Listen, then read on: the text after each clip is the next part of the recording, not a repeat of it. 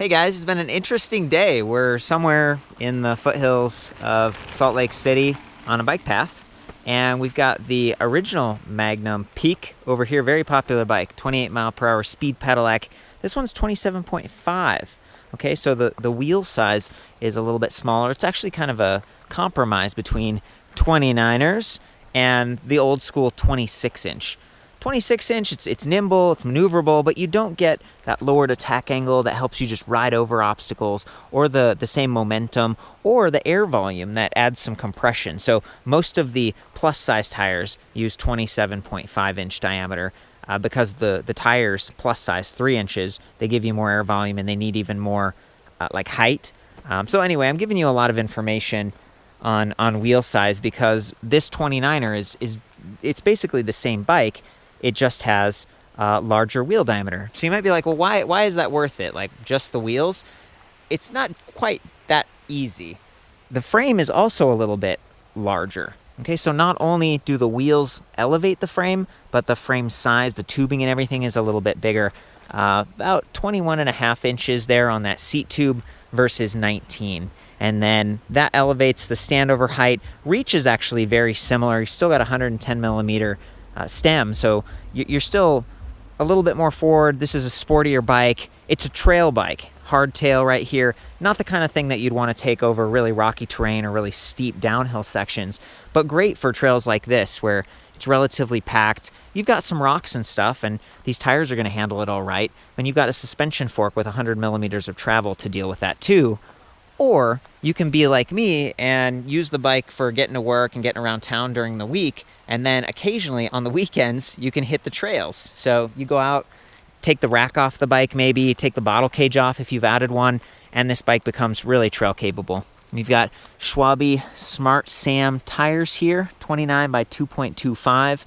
Plus size starts at like 2.6 to 3.0. So, you know, they're kind of standard trail tires. Great knobs. Going to be fairly quick and maneuverable, maybe not quite as floaty. You know, if you get into really soft stuff or sand, like these aren't going to be ideal for that. But for hard packed trails, again, like really capable.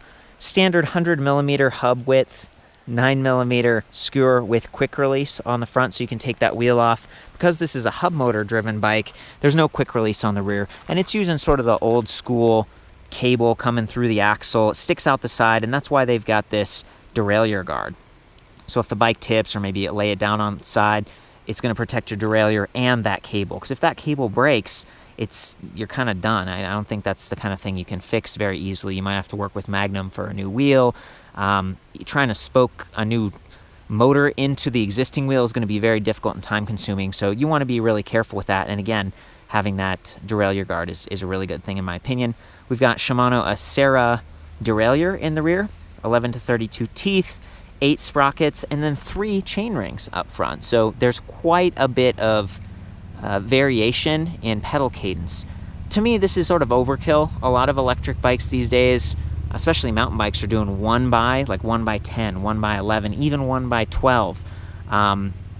SRAM has I think it's the like X10, or it's an e-bike specific drivetrain that's only 8 sprockets in the rear, but the jumps are much bigger. So the idea is that you have motor support. You don't need to shift constantly through all these gears and have all these little, micro differences between your pedal cadence. You have motor support, so the jumps can be bigger, lighter weight, fewer shifting actions. In this case, we're going with the other approach where it's like you've got tons of range in terms of, torque for climbing or hitting higher speeds. And I think that actually makes pretty good sense on this bike because it's a speed pedelec.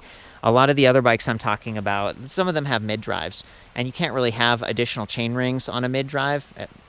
You can, like Yamaha's done it a couple times, but there's a lot of force right there, and 2 derailleurs, that's extra weight and complexity.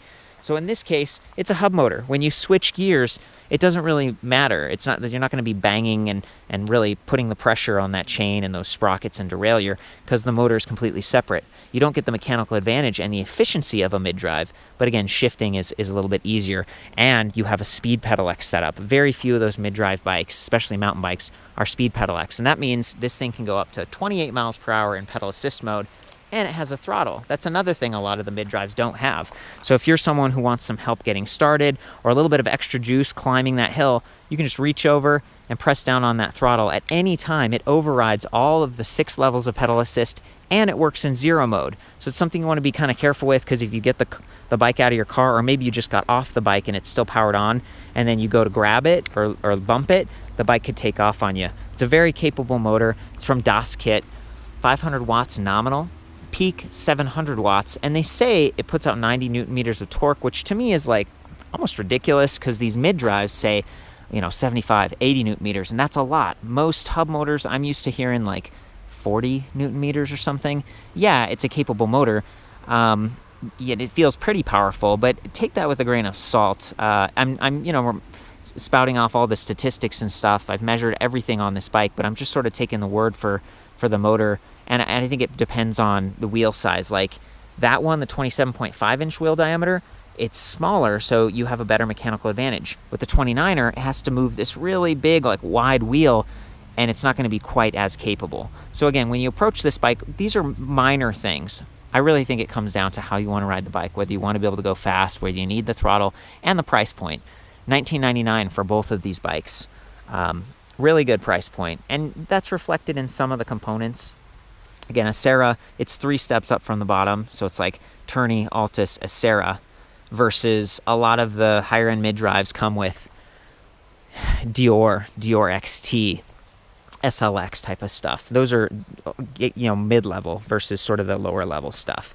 Still very capable, but I love that Magnum sells primarily through dealers. So if you get this, they can dial in the fit and help you maintain it over time, because your shifter cables are going to stretch. You're just going to need to keep them, not just 1 but 2 derailleurs working properly over time. Love that there's a slap guard right here. I appreciate these Welgo aluminum alloy platform pedals. They've got these nubs that help you to stay intact and just keep that contact. They're also a little bit bigger, so if you're riding this bike, especially a 29er, you're probably a taller person, possibly have bigger feet as well.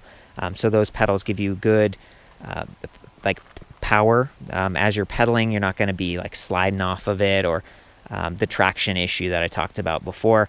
Weight on this bike is relatively well centered. It's like, some weight in that motor back there, and I think they rated it like 10 pounds. I wasn't able to weigh it myself, but that's the feedback they gave me. I did weigh the battery, about 9.2 pounds, and the overall weight of this bike, about 57.5 pounds, 58 pounds.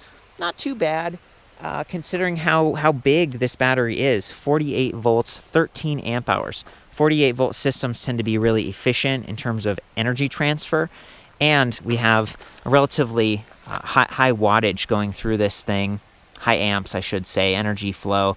It's a pure sine wave converter in the controller, so it's not like a square wave, I guess. It's more of an on-off switch. It's not as fluid, it tends to be a little louder. This is smoother. There are more MOSFETs. Again, all the specs back there for people who really want to dig in and explore that. But the feel of it, qualitatively speaking, it is good. It's smooth. It is powerful, especially once you get up to speed a little bit. And as an internally geared motor, there's a little bit more friction and kind of a sound, but it's not nearly as loud as some that I've experienced. And it's relatively compact and lightweight compared to like a gearless direct drive. So I appreciate that. You might notice that these spokes are a little bit fatter. 13 gauge versus 14 gauge, that's sort of standard. 36 hole on the rims, so spreading that pressure out, just giving you more toughness. 100 millimeters on this SR Suntour XCM30 suspension fork with compression adjust and lockout, as well as preload. So that scenario I was talking about before, if you wanted to add a rack, Magnum has a rack. I think it's only $50, and then it connects right here to the frame. It's a nice looking rack, and it gives you the ability to add a trunk bag or some panniers if you're commuting. And one of the other areas that I really like about the latest batch of Magnum Peaks is that they both come with 180 millimeter hydraulic disc brakes, versus the old ones had 180 up front, 160 in the rear.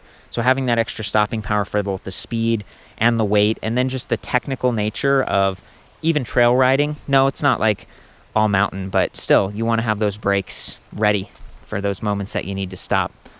Tapered head tube, so a little bit more strength, wider diameter at the bottom, 1.125 to 1.5 inches. And these are now using, I think what is it, sealed cartridge. for the headset. So a little bit more durable, especially in a situation where you're dealing with water. I like the ergonomic grips. They're locking. They're from Velo. And yeah, I'm actually hanging out here with Callaway. He works at Magnum, and he's been riding with me a little bit. I wanted to get your feedback on those grips, because this is like your first ride with them, right? Yeah, that was my first ride on a mountain bike with those ergonomic grips, and honestly, I was really impressed. I was definitely sold on the traditional grips, like flat. But yeah. I mean, honestly, I'm considering some for my bike because I need some. Mine are worn out, so. Yeah, they're kind of cushy. Like there's a little bit of, what do we think? Like softer rubber here. Gray. The gray parts are not quite as firm as the black, and then you've got a little, almost like an end piece there. It's not enough to really, it's not like a bullhorn thing at the end, but it gives you a nice firm grip. We've got a bell, we've got the shifters on both sides now. A little bit more going on this cockpit, because in addition to shifting and having that trigger throttle and the display, we also have motor inhibitors on both brake levers. So that's another really nice thing to have, especially given that this is a cadence sensing pedal assist bike. A lot of the mid-drives that I keep talking about they're just more real, like a true electric mountain bike versus a trail bike. It's kind of a compromise here. They're measuring your wheel speed, pedal cadence, and pedal torque, whereas this is just measuring cadence, but the sensor they use is relatively nice. It's compact, it's out of the way, a lot nicer than those old ones with the magnets that you could see and could get bumped. And then there's that controller again. I think it's fairly well protected. The chain rings extend beyond it. It's black. It only sticks out a little bit, but that's going to help to dissipate some of the heat. We do have a kickstand here, which, again, real mountain bikes, they don't have kickstands, but this is more of like, again, trail bike, sort of an urban capable thing. As you pedal backwards, however, the crank arm collides with that kickstand. I'd prefer the kickstand to be mounted back there, but at least it has it. You could take it off if you want to. So I think for most people, it's going to be just fine. And it is adjustable length, which is nice.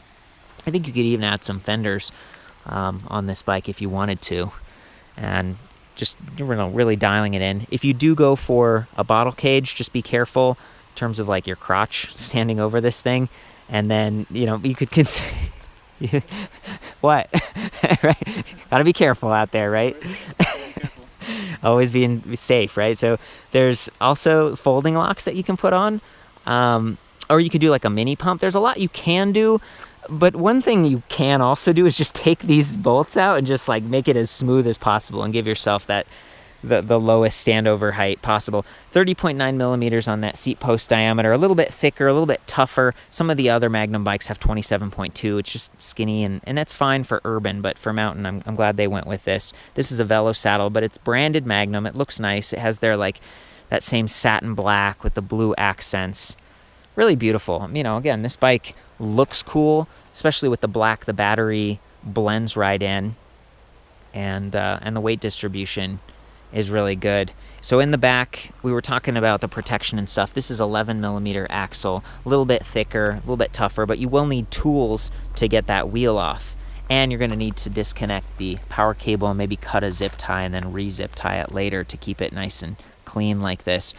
So try not to get a flat tire. That's what I'm saying. I mean, these Schwalbe Smart Sam tires are nice. They say performance, but I didn't see like green guard protection or those extra like thick layers.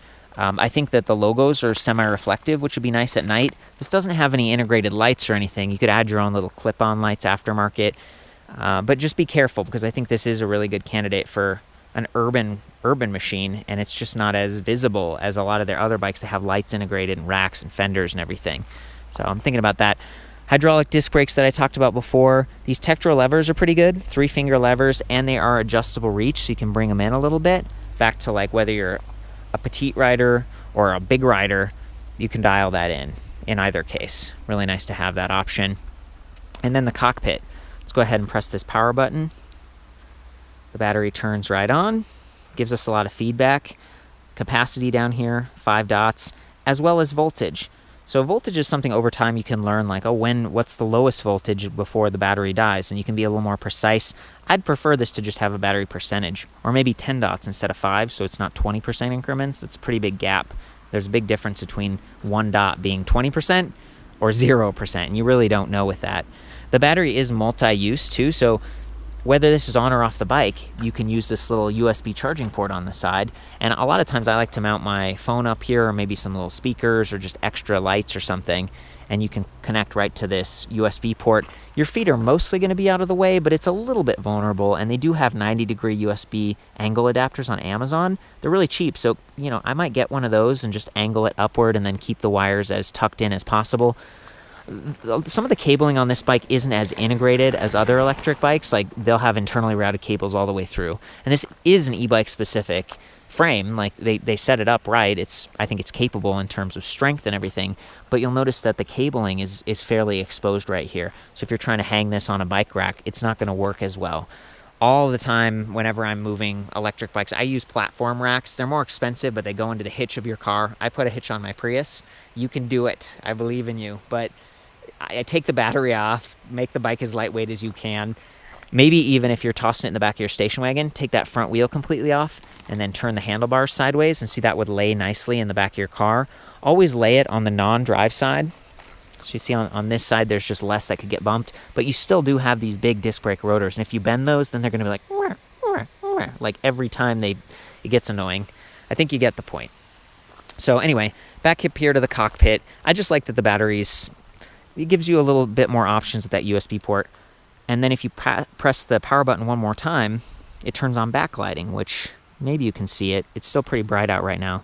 It's adjustable angle, but it's not removable. So if you were using this as a commuter, you could bring the battery pack into your office, which is sweet, because then you can charge it and keep it protected. Also keep it out of the heat. Extreme temperatures aren't great for lithium-ion batteries, but you can't take the display off. So the display is going to be out there taking some sun, maybe even taking some scratches if you're leaving this at the rack. So I'm going to unlock the battery, pull on this little handle, and lift. 9.2 pounds, fairly heavy, nice looking. It's got that little handle, so hopefully you won't drop it. That's what the frame looks like without it on. There we go. Oh boy. Callaway, will you help me with this? I don't want to tip. We had a bike tip earlier today. There we go. Make sure that it's on. There's a little bit of, you can put that on the display. A little bit of rattling here. Not too bad, but it's something I think about as we're riding around. I'm going to put a camera on the bike and you can get an idea. There aren't fenders or other things to rattle around very much, but that battery that's the sensitive bit. So back up here to the display. Probably a good idea to turn it off before you remove the battery pack. Not sure we did that. Power indicator on the left, speed in the middle, assist levels on the right. So there are 6 levels and 0, which is just like throttle mode. But it goes all the way around. So we can go from 0 to 6 just by pressing -1. So you don't have to go 1, 2, 3, 4, 5, 6, which I love. Then down here we have odometer, trip time, trip meter. Over on the right we have the battery capacity. If you want, you can hold that minus button and it does walk mode. Look at that. It's a good opportunity to move that crank arm. So that's cool if you're like trying to get this up a hill, maybe a steep section where you don't feel comfortable riding, because it is a heavier bike. Depending on your skill level, it's okay to get off. But then pushing the bike versus letting the bike walk with you, walk mode is nice. There's also some other settings, and I think you can dial down the speed by entering the password and stuff and getting some help from Magnum directly, or hopefully your dealer. I think that's mostly it, right? We've looked at a lot of details on this bike. Callaway, do you have anything else to say about this bike, or things that maybe I've missed, or just thoughts? No, you pretty much covered it. It's a really fun bike, for sure. How tall are you? I'm 6 foot. 6 foot. Okay, I'm 5'9", and I'm not standing on a hill here, so look how tall he is, right? Yeah. Which bike would you ride? I was actually just riding the 27.5, and it was really fine. It fit me perfectly, yeah. Yeah, so the 29er, some people just like that. You got the bigger wheels, and they just go over things, and there's this momentum aspect. I've slid out on 29ers because the wheels are bigger. So remember I mentioned how quick the smaller wheels can be. Do you have any thoughts just as a mountain biker on Honestly, between the wheel size, it comes down to personal preference. If you like to roll over logs and rocks better, the 29er is going to be for you. If you want to snap around a little bit quicker, the 27.5 is going to be for you. Or if you're shorter, right? You just have shorter legs. You have the saddle like super low. What's going on with that? I was flying down this hill a minute ago, and so I put the saddle down. Oh, so you wouldn't hit yourself. That's smart. Yeah. That's the other thing. Like really high-end mountain bikes have seat post droppers and stuff. Magura actually sells one now that's it's like wireless, so you Mhm. press a button and it drops, and Yeah. so that would be a nice little upgrade for this. Or a seat post suspension. So there's Thudbuster, Body Float, Suntour has the NCX suspension post. It's really nice, lots of options. And some of your other bikes that we were looking at today, the Metro, they actually come with We seat do have post suspension. suspension and seat posts on the other bikes as well, yeah. So that turns it into like a full suspension feel. But having that droppability saves you just a few minutes if you don't want to do the quick release. It's not that big a deal though, guys. And again, the price point is a big selling point here. 1-year comprehensive warranty. It's pretty nice. I guess that's pretty good. I might hop on this for a minute and do like a little pedal assist example and show how responsive that is. And then I'm going to hand the bike off to Callaway. Actually, maybe you ride next to me. Okay. We'll just get out to the road. Yeah, if you want to take the 27.5. So I'm going to leave this in assist level 3, just so we don't get too carried away. I rolled my ankle earlier, so I'm just trying to be extra careful with it. We're up on the trail, so the throttle's over there. On some of their bikes, it's on the left, but, you know, the cockpit gets a little crowded, and it's pretty far out. You know, trying to reach that, it's a bit of a reach. I'm not a fan of that, but again, at least it has a throttle. You could, you know, put your shifters in favor of the throttle, or you could potentially even move it over to this side if you wanted. It is adjustable, but in this position, it's just fairly out of the way because of this window here on those trigger shifters. So I think I'm just going to pedal.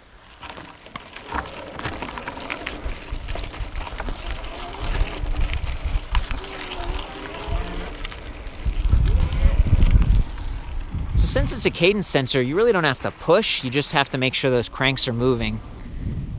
And it works pretty well. There's a little bit of a delay, but it's not the end of the world.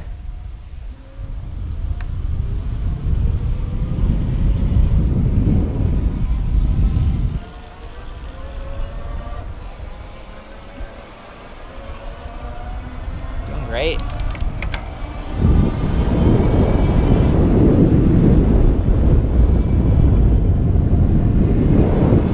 Sweet.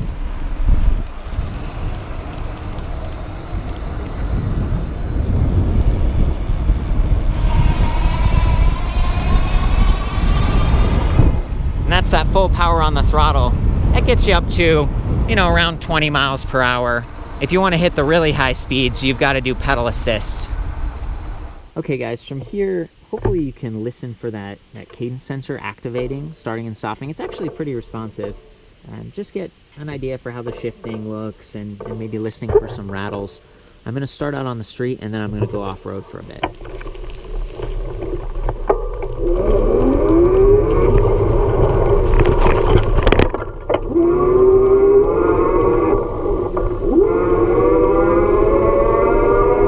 It's pretty smooth and quiet.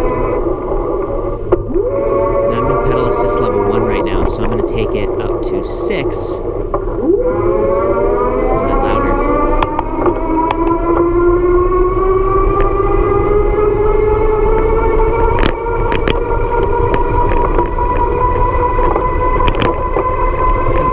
Gear right now, and I'm going 27 miles per hour. Really slow cadence.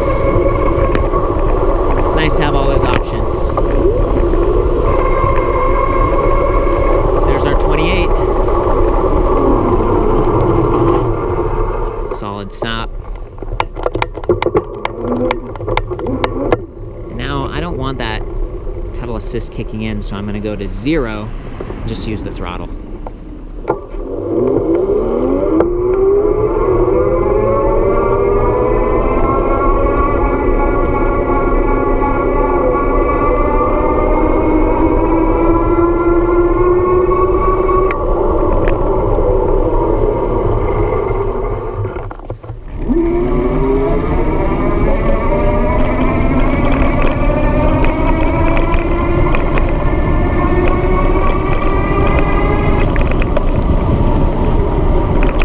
Try something a little different here. I've tried to level the camera relative to the incline. It's actually fairly steep, and I'm just going to throttle up and just see how that feels. It might not make it all the way without me pedaling.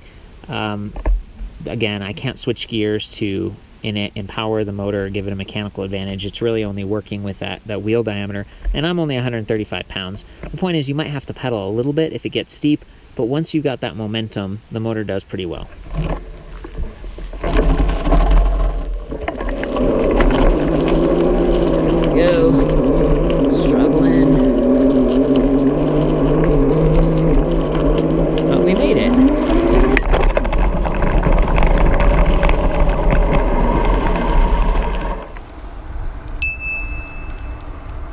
gonna do a little brake test here. Oh yeah.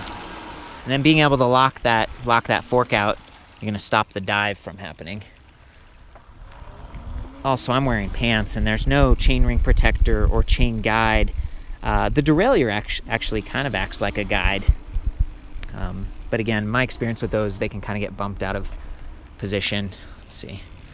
Do a little stability test here.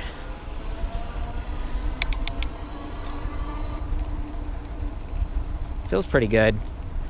That larger wheel diameter. Okay guys, you are in the expert hands of Callaway. He's gonna take you on a little adventure through the woods, have some fun. You're right by the motor, so you might hear it a little bit more, especially I think he might be riding in the higher levels of assist, shifting through and everything. Enjoy the view and just get a sense for what it's like. Again, it's very capable in pedal assist mode, just like, you know, most electric mountain bikes. The fact that it has a throttle is just a little bit of an extra. So here we go. Ride safe.